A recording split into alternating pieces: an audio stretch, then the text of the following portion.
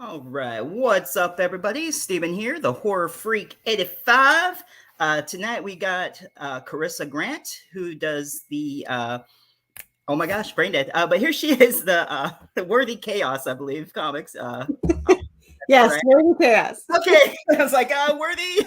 I'm like, what's that from Wayne's World? Okay. We're not worthy. We're not worthy. How are Yes, you tonight? Worthy Chaos. I'm good. How are you? Good, good. A Good. little out of it, apparently. Can't even remember a simple title. That's all good. But yeah, it's been a busy week. So working, getting up at 5 every day. That's always fun. So Yeah, I'm one of those annoying people that only gets like 4 hours of sleep. So I don't know why. That's just how it works. But I'm less tired than my husband is, who sleeps like 12 hours. So I should take it as a win. 12 hours, that's a coma. No, I'm just kidding. Yeah, right. Lucky bastard. But yeah. Shoot, I forget what one year when I went to a convention, I stayed up all 3 days straight. I didn't sleep for 3 days. I went home.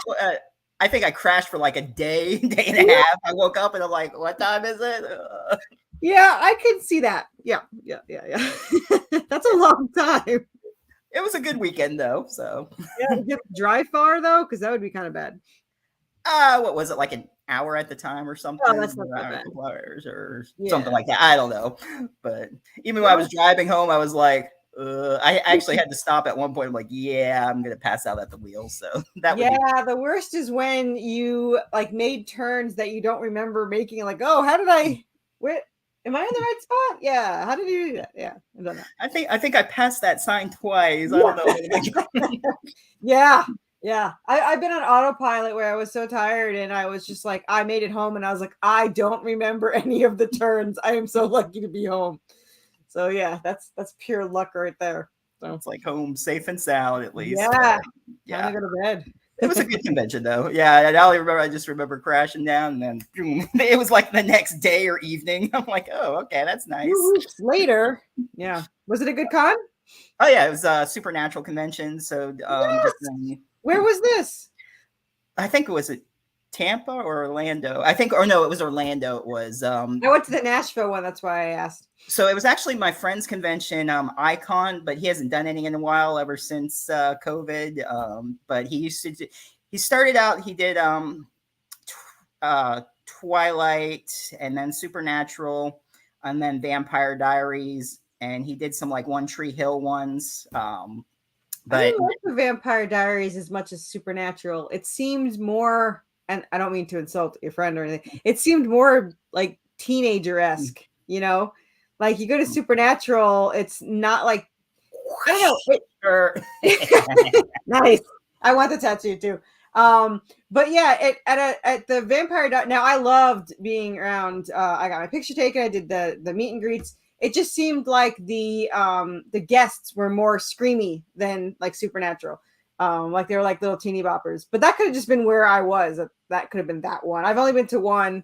I wasn't as into Vampire Diaries as I was into Supernatural. Supernatural, I've seen them all. I went to 5 cons in like 1 year, I think.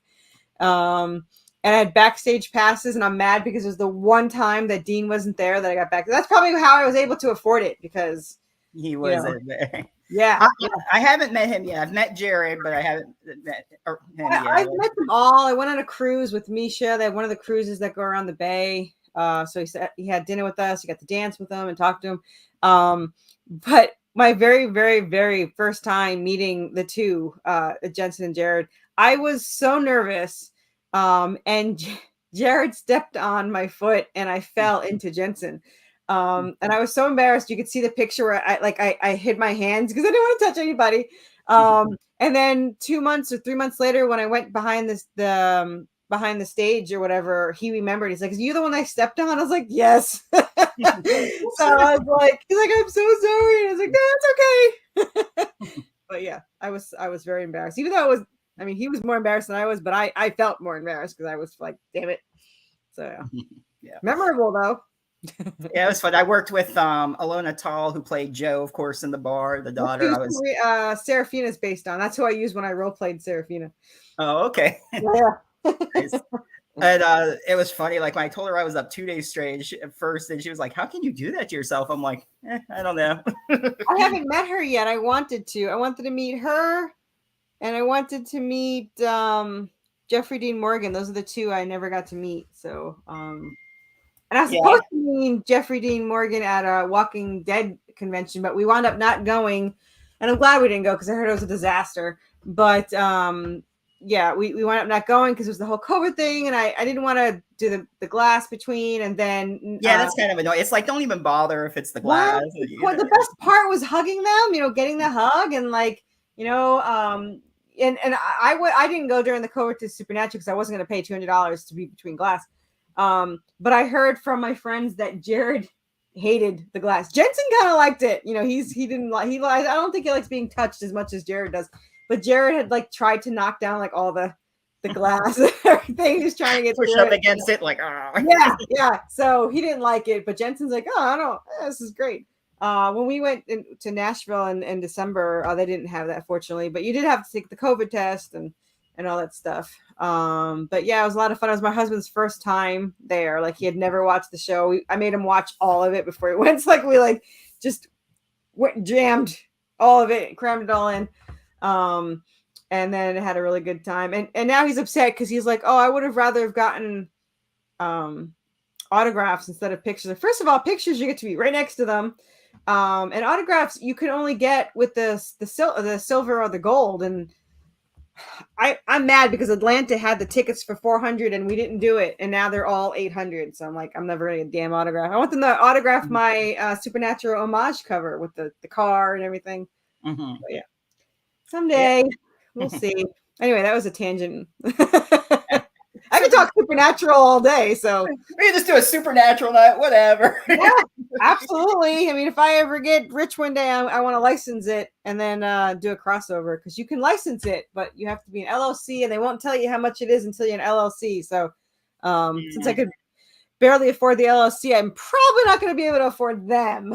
But that would be a good crossover, them in the world. Yeah, I mean, they have crossovers, so yeah, I want to cross over with them, and I want to use I don't know if you read the Clotters. I want them to be with the Clotters and chase down the Clotters and all that. So it's kind of like my vampires and all that. So yeah, that's what I'd want someday maybe. But yeah, they're so much fun. Yeah, and I love the after parties and stuff. So much fun there. Everything they do is so down to earth, so funny. I mean, they really are just super nice to be around. And I always have so much, it's like I go into a comedy show with them, but like in a natural way. When I was behind the stage, I had a lot of fun. And I don't know his name, but the one that played Dean's teenage character on the earliest seasons, he was I don't even remember what the line was, but he didn't want to go out there, and he kept saying, I don't want to go out there. And I go, why not? And he goes, because they make me say the line. I was like, you want to piss them all off? He goes, yeah. He goes, walk out there and say the line. They want to ask you for it. So he went out and he said it, and they all groaned and like, oh, because they were all standing in line to make him say it. So when he came back, he goes, that was awesome. So everyone's really laid back there. And back then, it was so much cheaper than now. I mean, I think it was like $90 for the weekend. Like, it was like super cheap. I miss those days. Nice. They even had at the Icon convention, they were playing video games with us with like Chad and oh boy, I feel bad. I can't think of his name, but he was the one that could control people. And he goes, Dean, hey, give me the keys. Oh yeah, sure. He could mind control him. Oh, Andrew? Or, Tiger. Gabriel, you know who I'm talking about. Yeah. Super nice. I got like 2 cameos for him because he's super cheap for some reason, and he's super funny. And when he walked, like you said, he walks around like he's like, I had to help him with the computer because like he came into the I don't even remember. I think that was New Jersey. He came in and he's trying to tap on the computer. I was like, do you need help? It's like, yeah, we were like playing video games with him and this other girl that I met. We were like up to like 2 a.m. playing video games. And he said how he was like, yeah, he goes, I got my ass kicked last night. She's like, it was hilarious. Oh, I'm jealous. That'd be awesome. I've never done the karaoke. I've never been brave enough to go to any of the karaoke because I always went by myself. So do you like the karaoke? Have you been to the karaoke stuff? I don't sing. So yeah, I didn't do it. It's fun to watch though. Yeah, I'll have to go sometime. It's always free. I thought it used to be free. I think it's still free. So I regret it. On the Buffy cruise I went on to Alaska, I did do I roomed with like 6 or 7 other females, some sisters and friends. And what was funny is I don't know why I decided to do it, but I did a pretty fly for a white guy, and they were my backup. And the give it to me, but you know how the backup singers. That's So awesome. it was so funny. Froggy, who did Froggy's photos, he passed away, but I had known him for years, and he's like, "Yeah, the only good thing, she was good. She was good." That was it. I'm like, "Yeah, I know it was I've bad." never been to a Buffy convention, and I really want to. And we actually were looking them up yesterday. There's like one in Florida, but it's not just Buffy. I mean, she doesn't go to them anymore anyway. But yeah, I wish that I could go to them. I know Spike's going to be there, and Charisma. They do MegaCon, and Julie Benz is going to be at Spooky at the end of the month. Nice. I love her. Julie's so sweet. Yeah, I've met her quite a few times because I used to go to Buffy conventions all the time. Vulcan was run by Joe Motes and Fernando, and they did it for years. They started out doing Star Trek ones. That's why it was called Vulcan. Gotcha. And then I went to my first one in 1999. And that's just before James Marsters became a cast regular and got super famous and everything, you know? Yeah, before they started busting down his door and all that stuff. That's awesome. I wish I had gone to those back then. But yeah, no, I've never been to one. I wish I did. I do have a, I don't know if you know, Carl Moline is one of the interior artists for Buffy. I think season 9 or 10. In the comics, he's doing one of my covers coming up. Yeah, and I wanted something from. So after someone said, "Oh, you can get Buffy's," you know, the artist, I was like, "Oh, now I got to get everybody." So like, I'm trying to get. I got Buffy's Army of Darkness interior artist. I got Resident Evil artist, and I'm trying to get Supernaturals. I wrote to one of them. I wrote to 4 of them. 2 of them didn't get back to me. One's busy. I was like, damn, that was one I really wanted. And then I found another one yesterday who I wrote to it, and I messaged him on Facebook. He said, email me. So I emailed him, and he goes, email me on Monday because I'm traveling. I was like, really? So I'm going to email him. And then the last one I'm looking for is the Silent Hill one. And there's one, Tristan Jones, who does Downpour. And I wrote to him in every social media I could find, and I haven't heard back. So I don't know if I'm going to get a Silent Hill one, but trying. Oh, yeah. Good luck on that. So thanks. But yeah, besides Buffy and Angel and Supernatural, I could talk about that for hours too. Yeah, like my show. But let's get a little bit into you when you were growing up. Did you what comics inspired you, or movies, or anything along those lines? So you got Marianne in here. Or man, I'm sorry. My very first movie that I can remember was the when I was 6, I saw Nightmare on Elm Street 3. I wasn't supposed to. I was on the stairs. But I saw the one where he uses the guy as a marionette, the veins. And I was fascinated.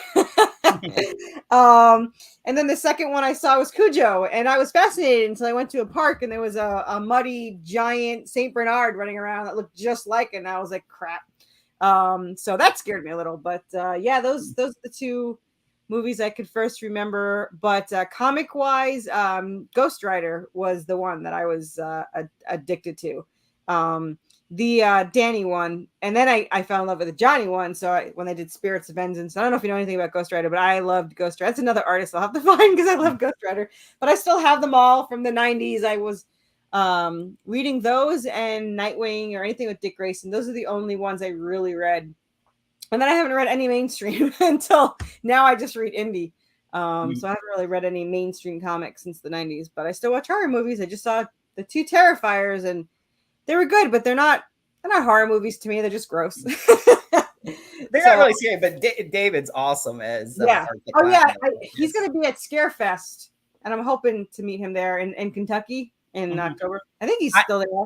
I want to go to Scarefest, and they have press passes for me and everything, but catching up on some stuff, and I don't know now if I can get there and afford it. It's like I got first presses to go because who I was supposed to go with, like I was waiting, and I said just wait now because he wanted to meet Kane Hodder, and then he ended up going to another convention, and I was like, oh, why'd you already pay for that? I told you I was gonna get those, but it happens though, whatever. So. You have to go, and then I'll be there. Yeah. I'm going to try to go because there's one in Chattanooga that I want that Carl Moline will actually be at. So I kind of wanted to go there, which of course is in the opposite direction of going to the other one. But my co-writer is exactly halfway to the Scarefest. So I can always stop and pick my co-writer up and then go. For Scarefest, you going just to attend, or will you have a table or anything? Or just attend. By the time I even realized it was there, they were booked, and I had talked to them, and they told me that I could put something in the VIP bags. However, there was 250 of them, and no matter how I sliced it, it was a lot of money. Right. But they were super, super nice. I met them at the Lexington con, which I hated having a table. I hated it, but I want to go. Like I want to go to the Lexington one. But having a table there was too loud for me, too busy. I couldn't like pitch because no one could hear me, and it was all that stuff. But to attend looked awesome. It's like 4 buildings long. I mean, it was like they got so many guests. That's like the best guest list. Yes, yeah. And I was upset because in Knoxville they had Sean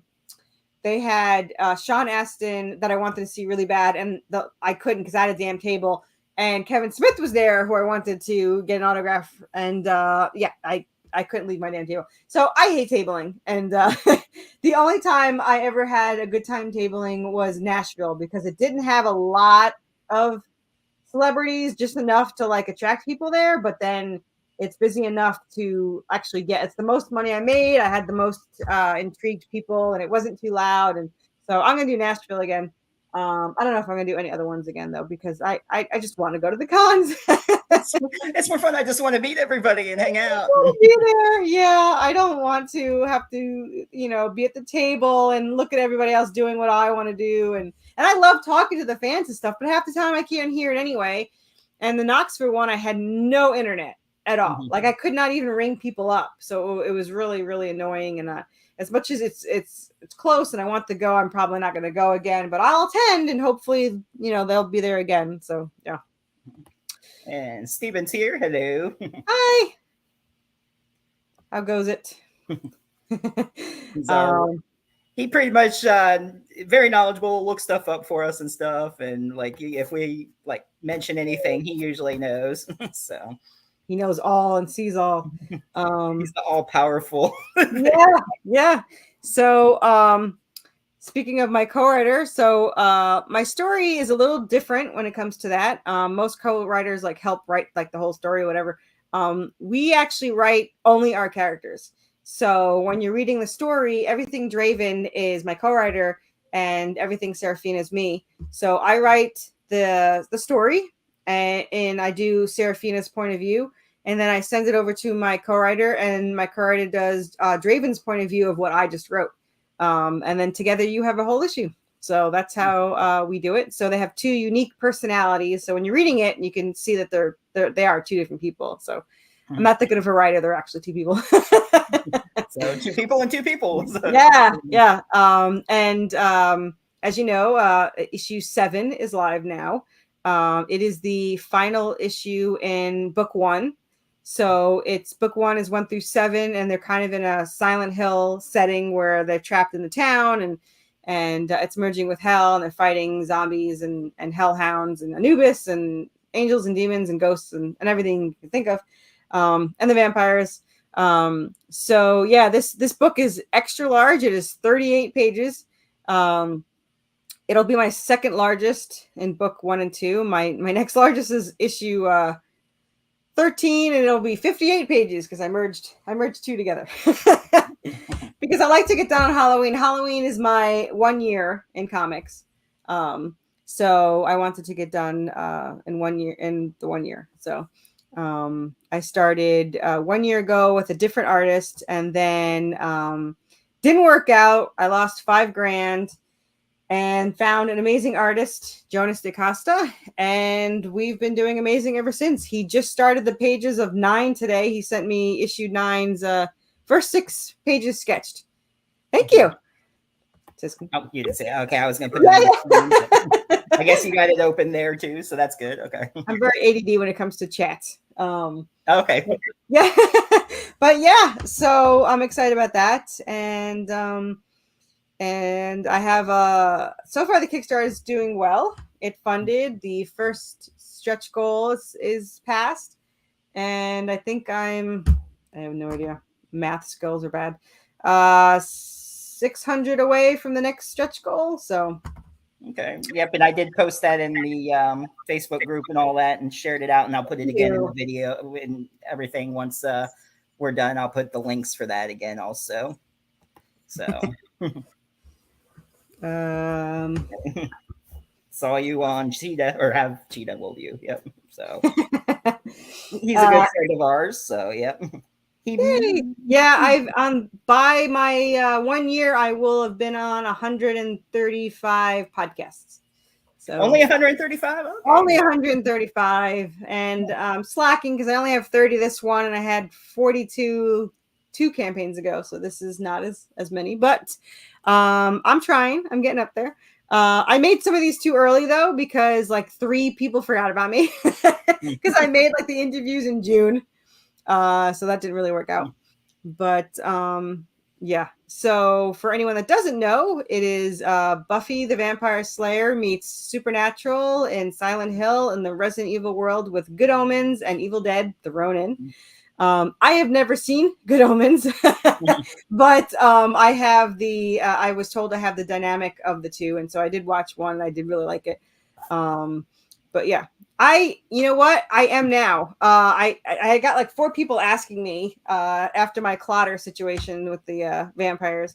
So I am creating a source book. I am also creating a point of view issue 0, where you could see how all the strings were pulled for issue 1 to happen. You know, how the characters behind the scenes that you haven't really met yet. You get to see the point of view of 6 different characters, including Davies, Anubis, Hecate and Hades, and Chemiel, Remiel, and then of course the demon. And so you get to see all the parts that, you know, came to do that. And there's actually a lot behind it. No one ever really thinks about it. But yeah, so I already wrote the first point of view, and it's going to be available for book 2, which starts January 8th, because we don't know how to slow down. So, but yeah, is it? Yeah, it is good. Well, kinda. It's kind of hard to say because both the angels and demons are kind of bad. It's more a kind of like the angels in Supernatural. Some are good and bad. Yeah. It's Chemiel is good. He's kind of like Castiel, but way more annoying. And not as bright. He was their guardian angel. Chemiel in scripture is the angel of true love, and he was in charge of protecting them in their past lives. He failed miserably, but he got tricked. Yeah, kind of, because Draven's an anti-hero. He doesn't want to deal with anybody. Draven likes to protect Seraphina and absolutely nothing else. Nothing else matters to him. I've been calling it Romeo and Juliet in Hell, which is pretty accurate. It's a survival horror. It's pretty much to see the limits of what you will go for the person that you value most. You know, what would you do for them? What would you go through for them? And they both drive each other crazy because they both want to protect the other person. And by doing that, they'll get hurt or trapped or something. And then they just make it even worse. So you've kind of got them, you know, fighting each other for it. So yes, he does. Draven, the Crow was my very first inspiration of all time. I just got it's my graphic novel signed by James O'Barr that I've had from 1993, and I handed it to him and I said, I've been waiting 30 years for this, and he said, I'm so glad I didn't die on you. And I was like, me too. So he was super nice. Thank you for this moment for legislating. Yeah. And I think his agent was upset. I didn't know that he signed books for free, so I had 2 of them and my issue, 2 of my issue 1s. And he signed the 2 that are his, even though they're like 30 years old. I'm like, it's 30 years old. He's like, doesn't matter. And I was like, all right. So he signed both for free, and I handed him both issue 1s of mine to sign. He signed the first one, handed it back, and he goes, is this for me? And I was like, yes. Yes, it is. So I don't know if he'll ever read it, but just the mere thought that he had it on his possession for more than 4 seconds, it was enough for it to make my day. So in my mind, somewhere he read mine. And then that's all good. But yes, Draven is named after Eric Draven from The Crow. Because that is an awesome name. That's a movie too. Well, the original. Yeah. The sequel's not as good, but I don't even know if I ever really watched those. I had the graphic novel and I loved the movie, and I don't know if I ever watched any of the rest. So I probably did and didn't care. So yeah, it's like they were. Yeah. And now they're making it. What are they making? Another one or a show, or they're doing something? They were gonna make a movie, then they didn't, and then they said they were. I don't know. They keep changing their mind on it, so who knows? I see. So yeah, and there's a lot of lore and a lot of stuff going on with the characters. I mean, the two fathers, they're after Seraphina because she was created from this angelic weapon that has the power of souls, which used to be her father's weapon. He used it to create Seraphina, and now the weapon technically belongs to her, and it's connected to her. And they need to get it from her so that they could tip the scales of heaven and hell's war in either one's favor. The father wants it for another reason, but he's using the war to as an excuse to use heaven's resources to get the weapon. But someone asked me, I think it was yesterday, they were like, are they really together friends-wise, like Remnel and Asmund, because they do banter back and forth. Kind of, I guess. The demons in mine, the lesser demons do jump into other people, but the main demons, the ones that have, the angels and demons that have their own colored balloons, they don't have to jump into anybody, and Camiel doesn't either, but he's another story. There's things going on with him. But someone asked me if they're actually really friends because they banter back and forth, and no, they're not really friends. They're not like good omens. They don't get along at all.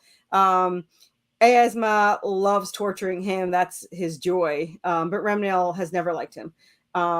Easma he's the chaos demon, and he feeds on souls in scripture and the judgment bridge. And Remnel is the angel that judges the souls on earth and brings them to heaven. So they would fight over it. And in the origins that I'm writing, they fight for souls, and then they start stealing them from Anubis, which is why Anubis is brought into it, which you won't see until the origins. But the three of them have been at it for centuries over these souls. And then so in the origins, you get to see how that created. But unfortunately, that's not out yet. Hopefully soon. My artist is really fast, and I'm hoping he'll get ahead so that we could do it. I don't ever release the novels. I have 10 novels, 11 novels, 5 for this series 1, 5 for the spinoff, 1 for the prequel, and then I have random issues. So I have about 100 issues written already for these series put together. And I will create the source book. The hardcover is coming out soon. It's 222 pages. It'll be the first 7 issues. And then book 2 will start fresh in a new, they're all connected, like this is Silent Hill, they're doing their thing. And then when book 2 it's just a continuation, but it's in a different environment. They're going to be trapped in a haunted asylum where the zombies and ghosts and giant salamanders, and they can't find their way out because of the asylum is pretty much has a life of its own. And then book 3, they are it's pretty much Resident Evil 2 and 3. They are trapped in a zombie-infested city, and they wind up with 2 other survivors, and they're trying to find their way out. There is a secret to how the zombies were made, and all that fun stuff. But yeah, and then 4 and 5, they're on an island like Veronica. I don't know if you know Code Veronica, which is not a lot of people play that game, but it's kind of like that. Not really, but it's got the idea with the labs there and everything like that. So yeah. Mm-hmm. Yeah, I hadn't played that game, but I did read when they had the Resident Evil books. I believe I read Code Veronica.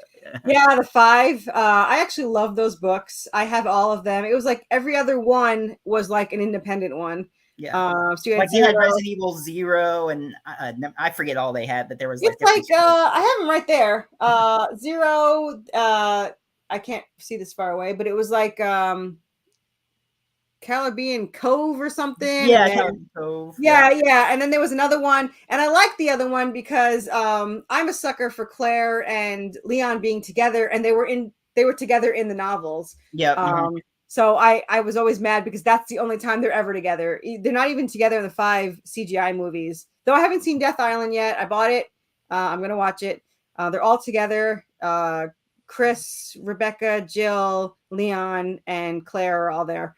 And I role played as Claire for 15 years. That's how I got into writing. After I played Resident Evil 2, I got obsessed with it, and I learned about role playing, and I took over as Claire, and I did it to write with the Leon. And in 15 years, I never got to write really with the Leon. So, oh well, dreams dashed. But she wrote really, really well with a Dean, though. Like I wrote with so many Deans because Claire Redfield is just, she made a perfect hunter, the way her skills and everything. So I always had them cross over where she was looking for her brother, which Dean would always be looking for Sam in almost every RP there was.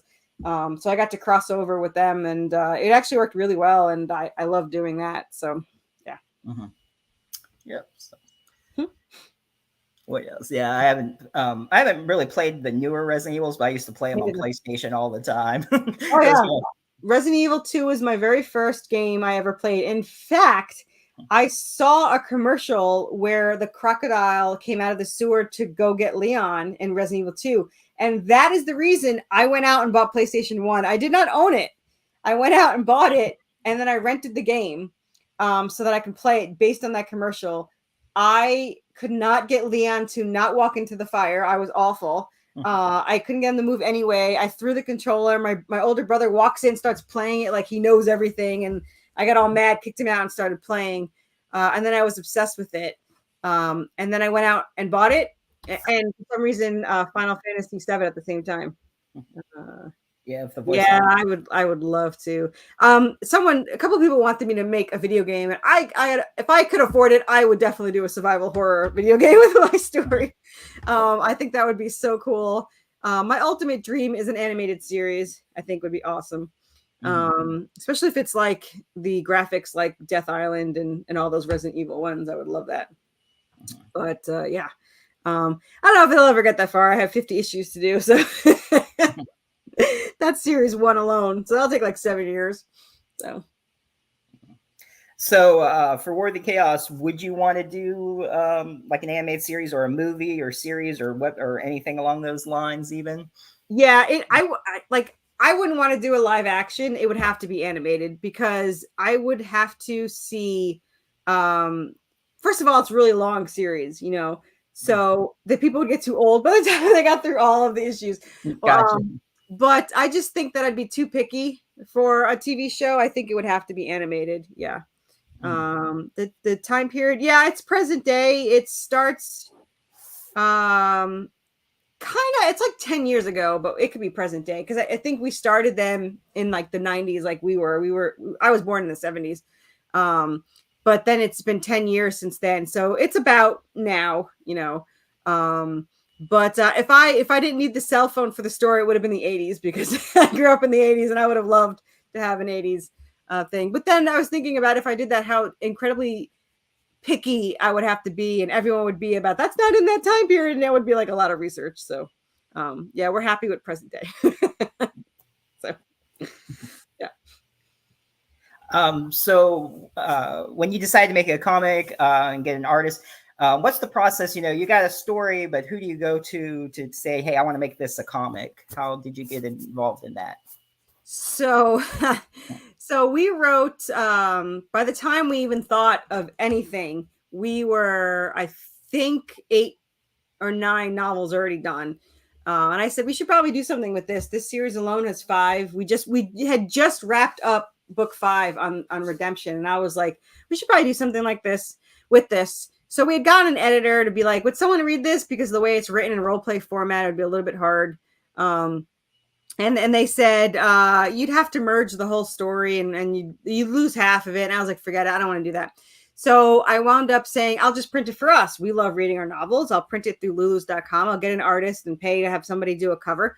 So I was looking for artists. And I said to my co-writer, all of these artists are like cartoony, do you want more realistic? Because, we used actors while we were role playing. So we had actors in our head. And my co-writer's like, oh, cartoony's fine. And then like a light bulb went off. And I was like, oh, if you don't mind cartoony, we could do a comic book. And like an idiot, I said, how hard can it be? The famous words.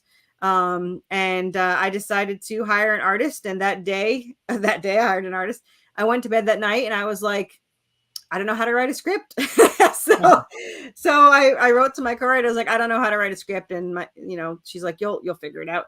So the next day I woke up, I watched a YouTube video for 20 minutes and then I wrote a script and I sent it to a letter. And the letter is like, did you want to see any of the art or did you want all dialogue? And I was like, oh, so I magically had 3 scripts because I had to stretch everything out so you could see it.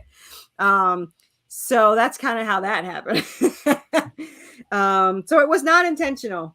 Yeah, I know. It would be a good Draven. Wow. Yeah, I miss that. I love the animated show. But yeah, we just jumped into it. It was not planned. I never even planned to be a writer. I was just writing for fun. I'm very dyslexic. I started as a one-liner role playing and I built up to, now I could do, I think one of my chapters was 8,000 words and I pretty much do it in 1 or 2 sittings. So yeah, it was not planned. So I got made fun of. Yeah, I could. So I was kind of, I don't think I could do this because they're too expensive, but someone asked me who I would get for all the voices. And if I had my absolute choice, it would have to be, you had to have been a guest star on Supernatural at least to be on it. Just like Harry Potter has to be in the UK. So it would either be for the Draven, it was either going to be Jensen or Christian Kane, who also guest starred on the show. Yeah. Christian's awesome. Yeah, I love Christian Kane. And we kind of based Draven off of a demonized version of Elliot, if you ever saw Leverage. Of course, yeah. Yeah. So it's kind of a demonized version of him. But Lindsay was my favorite character on Angel, and I was always so mad that Angel was always so mean to him because I'm like, especially with the kids one where he was trying to be good, I was like, stop being mean to him, and then he was still mean to him. So I was mad, and of course I was mad that they killed him. So though he's in the comic, I think at least I saw pictures of him in the comic. I don't know how that happened, if they brought him back or it was flashbacks. I have no idea. Yeah, so those were my What's the Buffyverse? They can do whatever they want. People would yeah, no one's ever really dead. But those were my 2 choices for Draven, was Jensen or Christian Kane. And Alana Tao was for Serafina. Originally that would have been the voice. Oh, that would be fun. All right, I want to tell. There yeah. Well, they also see the reason why they were picked is I had an obsession with Christian Kane and I loved Alana Tao, and in Leverage they kissed. So I put them together for that's who we role played as. Well, that's right. She was in Leverage. That's right. So for our characters as role players, my Draven was Christian Kane, and I had Alana Tao. So yeah, if they ever did the voices, that would be like a dream come true. But yeah. Yeah, I love her. I've had a crush on that chick for like the longest time ever. I was so happy I finally met her at convention. Like I would always miss her at convention, and then I finally met her after you. I'm like, I've been trying to catch you for the longest time. And I have face tattoo, the tribal tattoo right here, the same tattoo she had. And I'm sure you recognize. I'm sure you recognize that. And she goes 5 by 5. So in my head, I'm like, I got her to say it without even asking. Yeah, I'm so jealous because I have always wanted to meet her. I would absolutely use Eliza for. I absolutely. Yeah. So yeah, the answer is yes. But yeah. So I'm excited. I've had people say it has that 80s, 90s feel to it, and they do feel the Buffy. I either had people say, oh, I feel the Buffy vibes or the Supernatural vibes, or it turns into more Resident Evil. Book 2 is kind of like Resident Evil 1. The lickers are Resident Evil from Resident Evil 2. Of course, we've got the giant salamanders. And they're trapped in a haunted asylum, like they're trapped in the, police station and the mansion.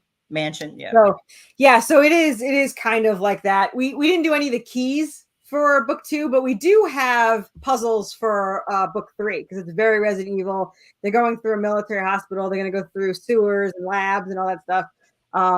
So definitely the most Resident Evil. You're not supposed to have a favorite, but book 3 is my favorite. So it's 10 issues, and I'm super excited.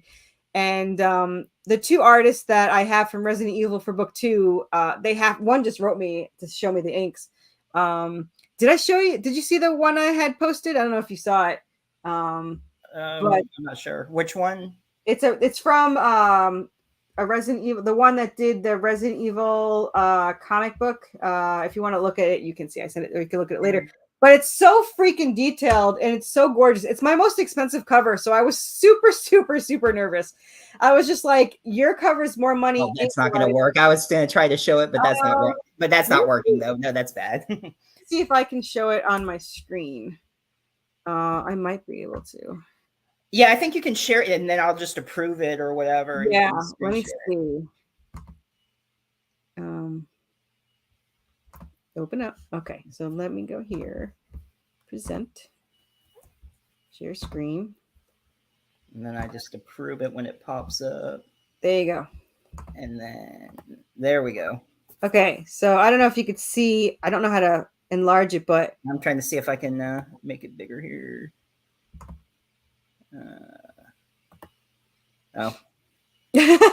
That didn't work. That just but this show is about me. No. But you could see like all the details. I mean, look at just the faces. It's just, there we go. I guess that's better. Yeah. Yeah, and then of course we have Anubis back here. My Hellhound is very bear-esque, but I love it. So yeah, the Hellhound plushie sold like super fast, but we'll have another one. We have two new monster plushies per book, and then Anubis and the Hellhound plushie. In this book, we had the zombie merman, which is right here, and we still have that one sold out, but we have that's from book 2. And this is our skeleton birds from book 3. Both are also in the later books. And there's 2 left of these. And this is our Hellhound that's sold out. Not mine, I mean, but the one on the thing sold out. I get one, and then you guys this is my Hellhound. Yeah, it's mine. And then this is the Anubis. They're all handmade. They're all one of a kind. There's only 2 left of these. 2 left of the skeleton birds. And then in book 2, we're going to have a plushie for the giant salamanders. And we're going to have zombies in straitjackets because they're in the haunted asylum. So all the zombies are pretty much in straitjackets. So my plushie queen said, "Do you want the buckles to be working?" And I was like, "If you can make me be able to unbuckle the straitjacket, yes, I would like that awesome, very much." Yeah. So yeah. The sword looks awesome. Yeah, he was saying it looks like Highlander. Yeah, it's just he did such. I mean, look at the details, and he picked it. All I said was, I want these 4 characters fighting zombies. Anubis technically can't fight zombies because he can just control them, which he does, and I can't wait to have it. Which character is which? This one, that's Draven, that's Seraphina, and this is Anubis, and that's his Hellhound Croc. It's called Croc because it's from the spinoff. He doesn't really have a name in this one yet. So in a spinoff, she was in hell being guarded or trapped by these hellhounds. And this one comes up. The sword guy is Draven. Yeah. He never uses guns, or very rarely uses guns. He uses like leverage. He doesn't like to use guns. But he can. He was an assassin, so. But Croc is called Croc because there's a gem called, I don't even know if I'm going to say it right, but it's Crocolite, and it's a beautiful, beautiful red gem. But if you handle it too much, it's actually poisonous, and hellhound bites are poisonous to angels. So when she's in hell, Croc is not part of the pack, and he licked her, and she said, are you tasting me or wanting to be pet? Oh, he will. Oh, yeah. No, Draven will kill anything. Draven has no qualms about killing anyone. If Seraphina won't kill as quickly as Draven will, but Draven doesn't mind at all. In the 10 years they were separated, he was trained as an assassin, and he's also an demon descendant. So yeah, he's done some things.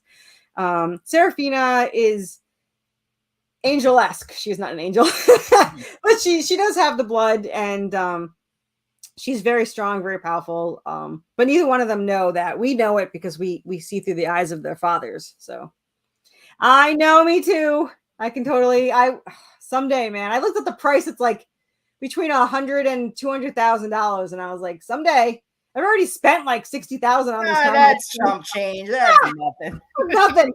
So all I need is a following. But yeah, if there's two things that's going to happen, if I ever reach 500 followers in the next 5 years, at 500 followers, I'm required to get my first tattoo. Like you have tattoos, I'm going to get my logo as a tattoo, probably with Anubis holding it because I love Anubis. And I will look into getting a video game worked on, probably not made, but I'm also working on, because I got asked by like 10 people, I am looking into making a tabletop RPG game for it, which is way cheaper. It's like 20 grand compared to like 200,000. So just less zeros. Yeah, just a tad less. But yeah, I would love a video game. My card talks about it all the time. I'm paying for everything. I'm like, yeah, I would if I could, trust me. And it's her fault. We have the plushy salamander. We were celebrating our 3 years in writing like 2 weeks ago, and we had like pizza coming. We're watching Army of Darkness, and she's like, oh, it'd be cool as a plushy salamander. I was like, damn it. So like I had to go right in order, like right from there. Yeah. A Monopoly version. Yeah. Hey, there's a Monopoly version of my town, so anything's possible. There's a Monopoly version of so much stuff, even a supernatural Monopoly. Is there? I think there is. I thought I saw one. I think I saw one. I could be wrong, but I thought I did. So yeah, if there is, I gotta buy it. But yeah, I think a Monopoly game would probably be one of the cheapest. I think you have to get. It can't be that expensive. My freaking town bought it, so I don't know how that works, but that would be pretty cool. Something to look up. Yeah. Anything but Trivia Pursuit. I hate Trivia Pursuit. My parents have been playing it for decades. I'm like 6 and they're playing with my older brother. Trivia. I hated that dance. So no Trivia Pursuit. But yeah, Monopoly I would play. And hello, Tales Told in the Dark. Oh, welcome. Yay. Yeah. Sorry, I don't mean to read out them before you get to them, but it's all right. I have this weird thing that I don't want anyone to ever feel ignored. Because some chats, they get ignored, and I hate people. Not that you obviously, you're right on the money.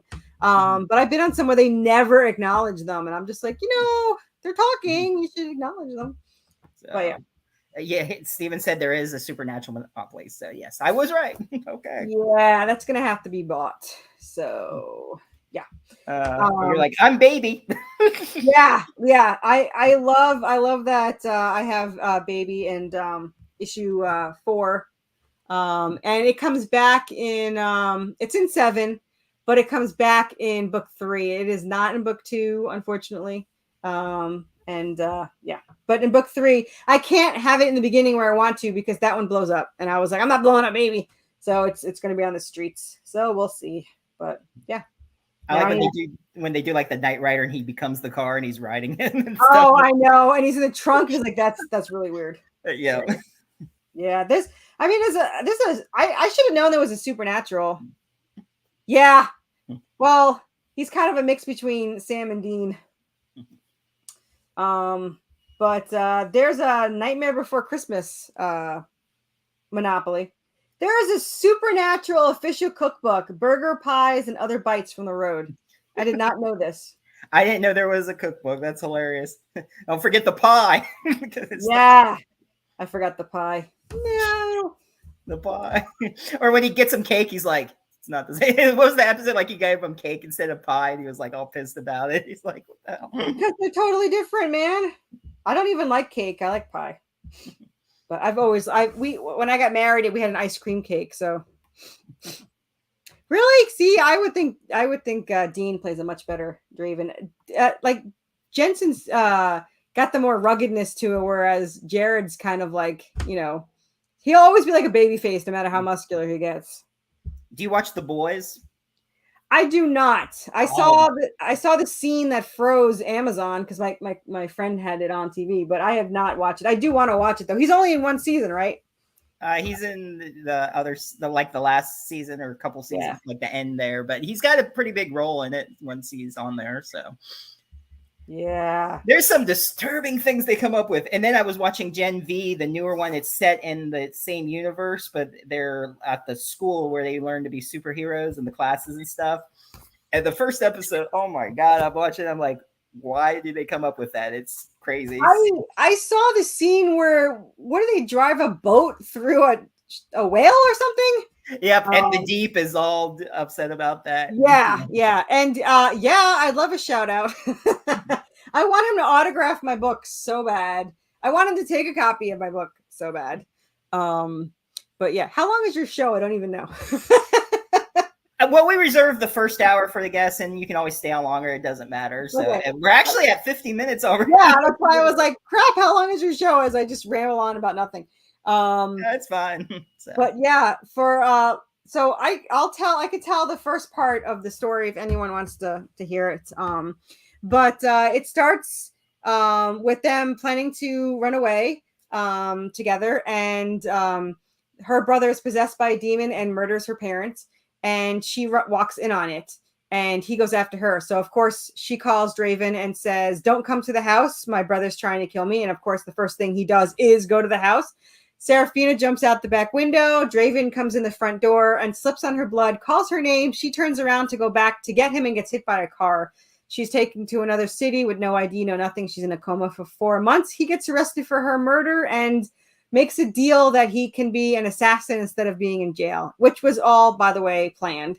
For 10 years, they thought each other was dead. And so they meet in a town after certain things happen.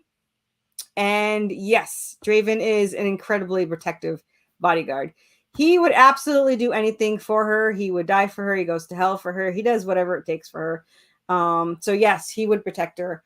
And when they meet up in town, the angels and demons trick them to both be in this town because together they're the only ways that they can activate the weapon. Draven has the weapon on him and she needs to activate it. So they go to this town and it gets merged with hell. And now that's where they're trapped. They're trapped in the town merging with hell. And their fathers are after them, as I said, to get the angelic weapon. And Draven is very sarcastic. They're both sarcastic because we in real life are very sarcastic. So we have some banter back and forth with them. We have thought bubbles so you can get inside the character's head. It's not like the old comic thought bubbles where you like get exposition about what's going on now. It's actually getting into their head. Especially in book 2, you really get, issue 5, you get into his head. He's not very good with telling, any kind of emotions or anything and all that. That they love each other, but they really don't ever say it. I think they say it once in like book 3.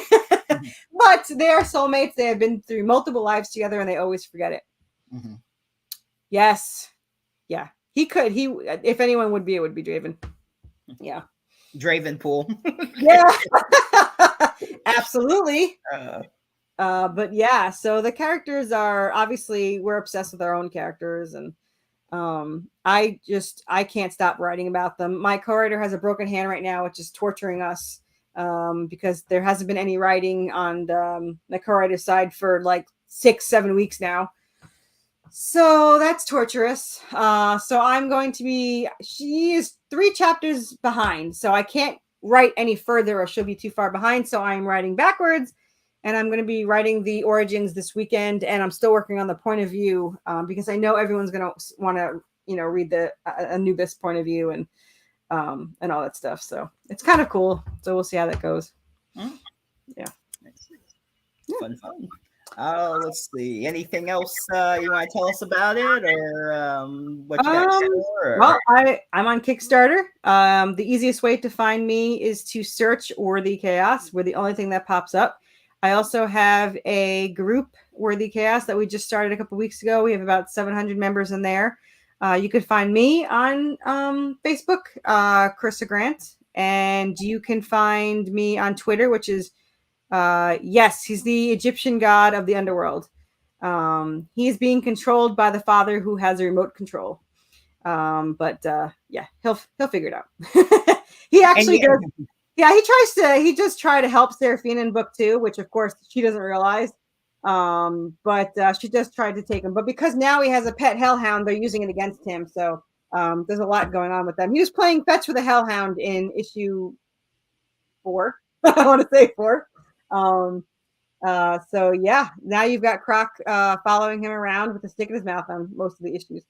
So are there any other gods you plan to use, or Egyptian gods, or like what besides Egyptian gods? Is there any other? Celtic and Greek and Egyptians are the 3 most, and then you have a few other ones, but those are the major ones. Especially in series 2, there's heaven and hell actually team up to fight against my 2 characters. So Hecate and Hades and their zombies. Army of zombies team up with my characters, and yes, they are the ones you want to cheer for.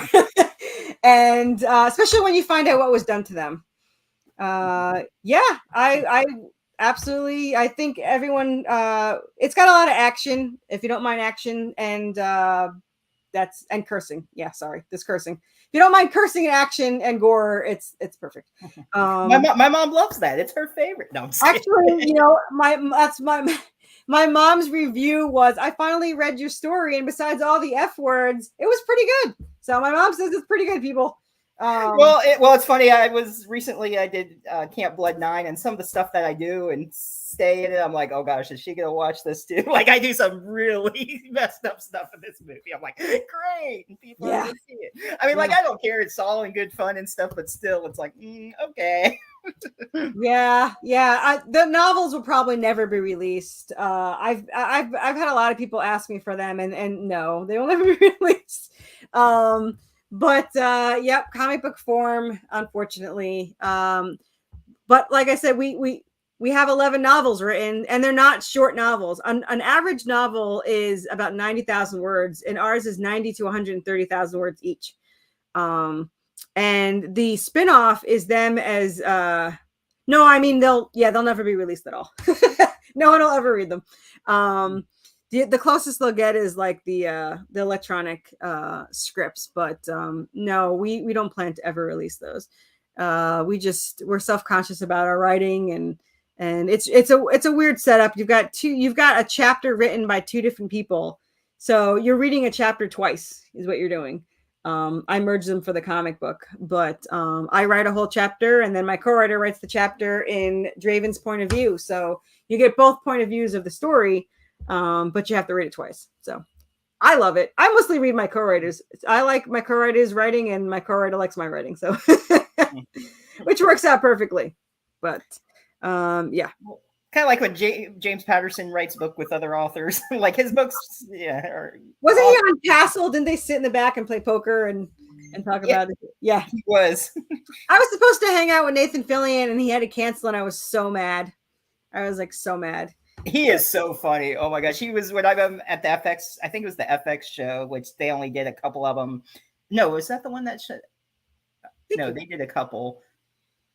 And then they stopped doing it. I forget. They only did a couple, and then they didn't do any after that. But he was writing this woman's screen. He goes, "Can I write it?" And she's like, "Really?" He's like, "Yeah." And so you can even see it on YouTube. He's right. He's like, "Ah." That's awesome. I remember seeing him on a talk show, and he said that he learned to weld, because when there's a zombie invasion, everyone wants to save the welder.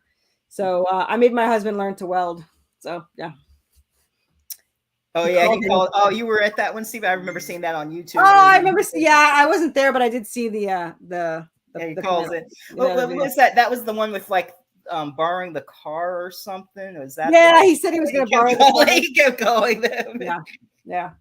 So, but yeah, if anyone's interested, I don't know how long Peggy was here, but there's it's a Worthy Chaos or theworthychaos.com. But if you go to Kickstarter and go to Worthy Chaos, you can see all the cool stuff and everything. I'll have those links all up, like I said. Once I get out of the show, I'll add that all on there. So yeah, awesome. Well, thanks for having me on. I really appreciate it. Yep. So we talked more supernatural, which is just on supernatural buffing for another. Yeah, I could talk about it for hours. Yeah, me too. So we could probably later, like maybe do like a supernatural night or something if you want to yeah, come back. bring it on. I love it. I every season I watched from the start, again. So and yeah, Stephen, the more I can get promoted, the better, because I have 50 issues written for just series 1.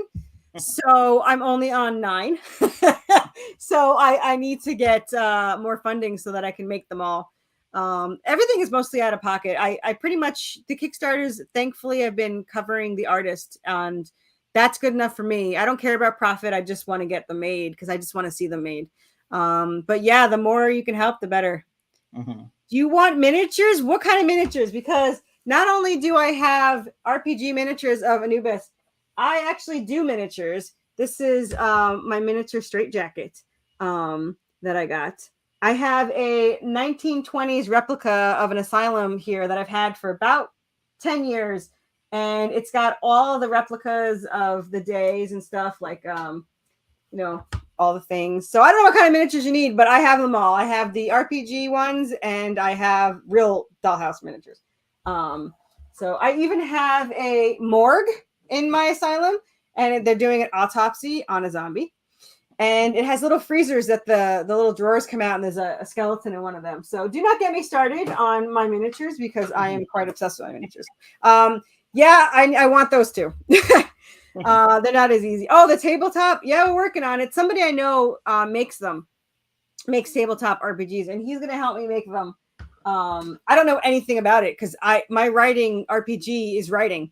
So I hung out with the nerds that did the RPG, but I have not done RPG. But I think it would absolutely be good. Yeah, we're doing an homage cover to Anubis as an homage cover to Dungeons and Dragons in book 2, which is awesome. So yeah, I'll let you know when I do it. I'm hopefully doing it next year, but I have a lot of ambition, so I don't know. We'll see. All these covers have cost me like a fortune, and I just hired a colorist, so my artist didn't have to do it, and that right there is $700 more an issue, so that's always fun. Comics are not cheap, man. So unfortunately, yeah. But thank you. The more help, the better. Oh, I was gonna say, do you remember like after Buffy when they put it on FX and they would cut stuff out, like certain lines and stuff? I don't know if you ever noticed that, like when you watched it. Yeah, like, that made me so mad because I was such a hardcore fan. Like I knew when they cut scenes out. Of course, I had gotten all the DVDs later. I know. I just found out yesterday. Literally yesterday, we were watching Buffy Facts, and the UK had 2 versions, so they were really cut. They took out all the violence. So like what was left? The intro, and that even has violence in it. But they had a 9:00 show of no violence, and then like a later show with violence. Which is really and no violence. Like what is they're them talking? I mean, them eating ice cream in one I don't know. Yeah, they're always violence. I don't know what they're. Yeah, I can't even imagine what if you. I don't even want to see it. Like they had the one. I forget the episode. The crossover with Vamp Willow and everything, and. When they're like, Giles explained, he's like, obviously something strange is going on. And then Xander's like, can you believe the Watchers Council let this guy go? And then they had cut that line where he said, can you believe the Watchers Council let this guy? And Xander's always funny. They had cut that line out. And I'm like, that whole line was hilarious. Like, if you want to see, hold on, let me show my screen. You could see stopping camera is not what I want to do. This is my RPG Anubis miniature. If you can see it, I don't know if you can see it. All right, let me go ahead and bring that up there. Yeah, there. Oops. So this is the 1-inch Anubis miniature. I have a couple, but this one came out the best. So, but yeah, I have not painted it yet. I have all my paint set up. I have my art set up. I'm making right now. I'm making clay salamanders. But yeah. So I would love to get miniatures of all my characters, miniatures. But I got to figure all that out. So I have to do stats and stuff. I got to figure it all out. So I'm going to learn. And if you want to help, I am more than happy with that. Yeah, he has his group, the Women of Darkness. So I'm sure like he'll, I actually promoted the show in that group tonight too. So yeah. Nice. Awesome. Well, anyway, again, thanks for having me on. We'll talk and we'll set maybe a Buffy or Supernatural night or whatever. Absolutely. I will totally be on. Yeah, I grew up in the 80s too, so I'm all about that. Yeah. So But anyway, I appreciate everyone in the chat, and Steven, you're awesome. And I don't know if he's on my Facebook, but add me and we'll talk. And you probably are. I've all these artists that I was contacting. I had no idea they're already on my friends list. So there's tons of people on my friends list. So just like randomly, like, oh yeah, okay, yeah. But let me know when to come back, man. And Buffy's Supernatural. I could talk all night long. So. Exactly. It'll probably be like a 3-hour show or something. I know it'll be like the whole weekend. We'll be like, well, I gotta go to work, so yeah. But it'll be like an in-depth of every episode. So oh yeah, I'm for all I care, we could sit and watch through them. I'd be fine with that too. Well, we can do a watch party. Yeah. So, but I'll talk to you soon. I'll talk to everyone in the chat, and hopefully I'll be back on. So thank you. For sure. All right, thanks for coming. Bye guys. Bye. And next week we got Troy Froman coming up. Froman, I hope I said his name right. He was Ox on Saved by the Bell, a movie called Monster High, and a whole bunch of other movies. You can look him up on Internet Movie Database. Thanks again, Steven, everybody else, and who's watching the replay, and see you next week.